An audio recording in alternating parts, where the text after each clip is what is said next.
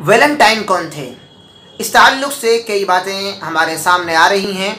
एक बात अहम ये है कि वैलेंटाइन तीसरी सदी के अंदर रोमानी बादशाह क्लाउदियस दोम ने अपनी फ़ौज के लोगों पर शादी करना मना कर दिया था। वो इसलिए कि शादी की वजह से वो फ़ौज में नहीं जा पाते थे और घर पर रुक जाते थे। वैलेंटाइन शख्स ने फ़ौजियों की शादी का खुफिया तौर पर सीक्रेट तरीक़े से एक रिवाज बनाया और उनकी शादियां करनी शुरू कर दी।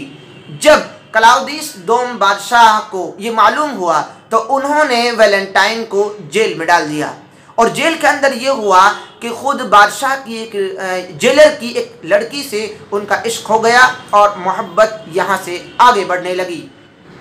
रूमियों ने उनसे कहा कि आप रूमी बुत परस्ती कबूल कर लीजिए, ईसाइयत और नसरानियत को आप छोड़ दीजिए, फिर हमारे यहाँ आप शादी भी कर सकते हैं और इश्क और मोहब्बत की तमाम चीज़ें कर सकते हैं। लेकिन वैलेंटाइन ने ईसाइयत को नहीं छोड़ा और उनको 14 फरवरी और 15 फरवरी की रात को उनको फांसी दे दी गई और इसी दिन से उनको पाकबाज शब, इस रात को पाकबाज रात का एक खिताब दिया गया। ये 270 ईस्वी के दिन हुआ।